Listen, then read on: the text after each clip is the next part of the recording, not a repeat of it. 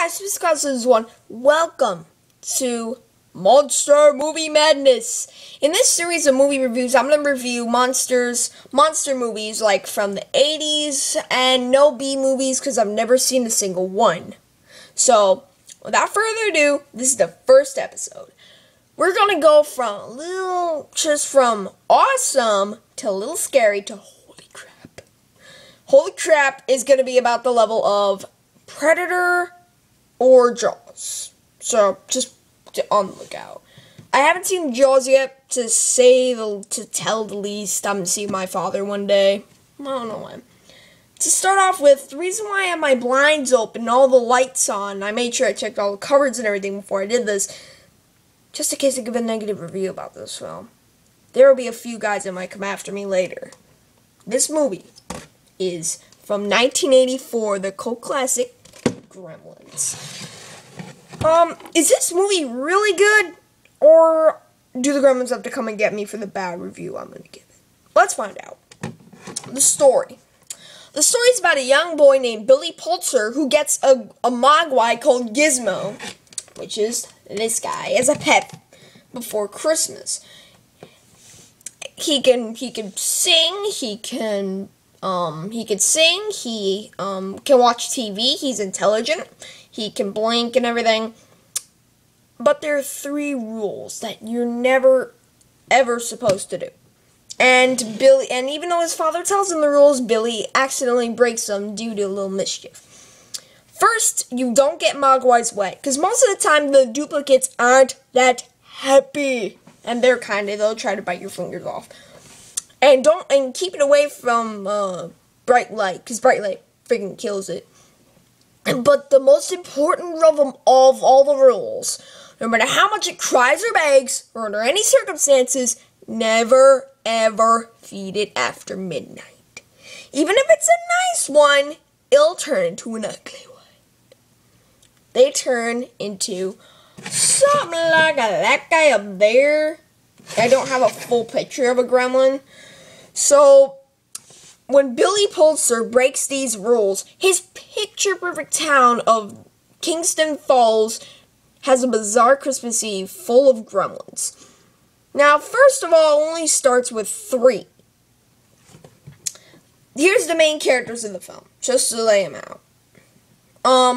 You've got Gizmo, Mr. Pulitzer, who is a failed inventor, and Billy's his father's, Mr. Pulitzer's son.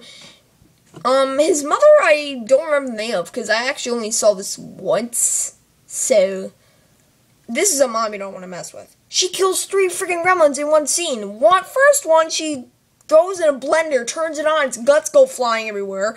The second one, she just stabs to death, and the third one, she puts in a microwave. The 4th one, although, gets away, and his name's Stripe. He has a little bit of, actually a white fur on his head, and if you can see right there, there's a stripe, so that's Stripe, basically. It's a good movie. Actually, no, I'm going to keep going into the story. So, after these weird Stripe escapes, Billy and Gizmo go out to find him. To find Stripe. Only to find him at a YMCA. Why a YMCA? Who knows? But then, since the don't get it wet rule was getting really intense, Stripe, who has a really smart mind, jumped in the pool and created thousands of gremlins all at once.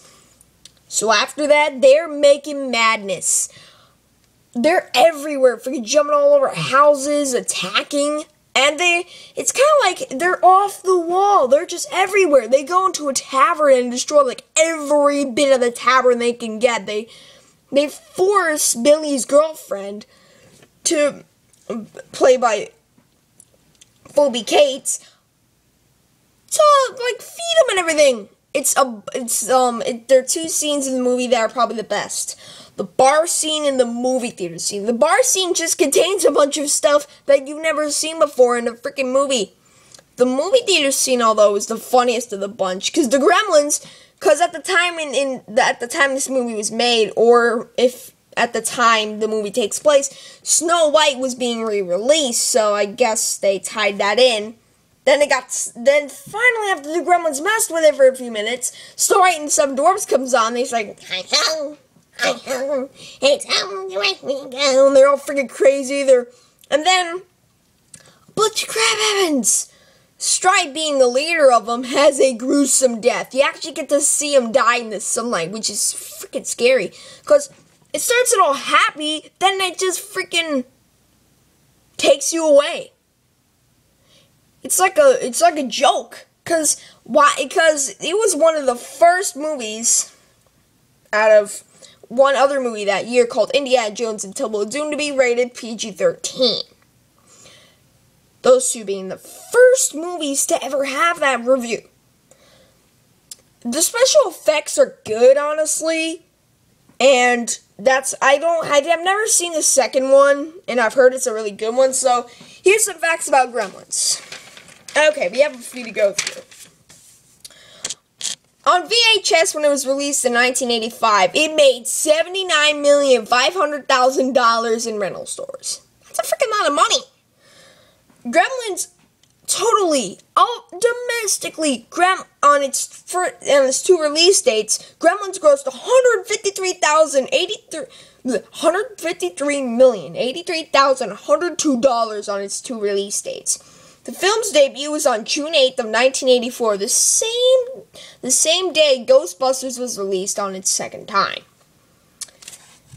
The re-release date was August 30th, 1985. Howie Mandel voices Gizmo and Frank Welker voices Stripe. Frank Welker was very famous in the 1980s for voicing a lot of cartoon villains like Dr. Claw and Megatron. On opening weekend, Gremlins grossed $12.5 million. That's 1.1 million less than Ghostbusters. And Ghostbusters earned $13.2 million. NECA and LJN had all made toys. LJN made plushies.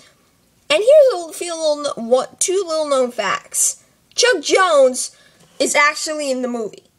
If you look at when he's commenting on when someone's commenting on Billy's drawings, that's Chuck Jones. Right then and there. And in Gremlins 2, the new batch, I actually figured out this fact just today.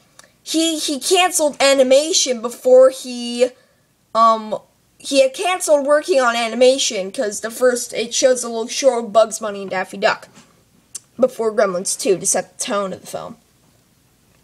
So, Gremlins was more of a violence movie.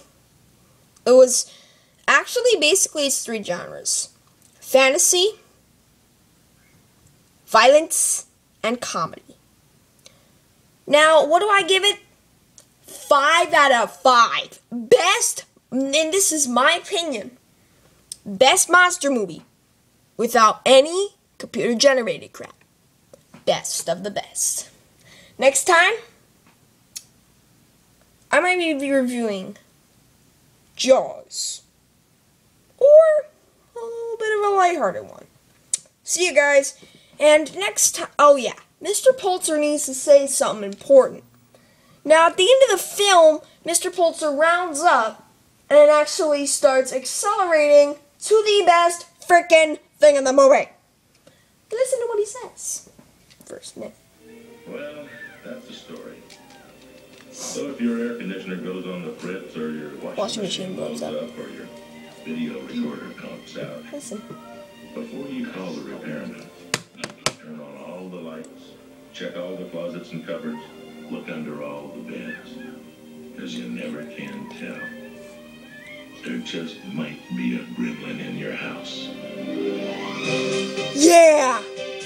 Well, that was Mr. Costume's first movie review. And that theme you're hearing? Best monster movie theme ever.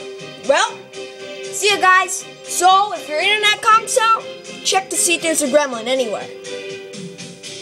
See ya.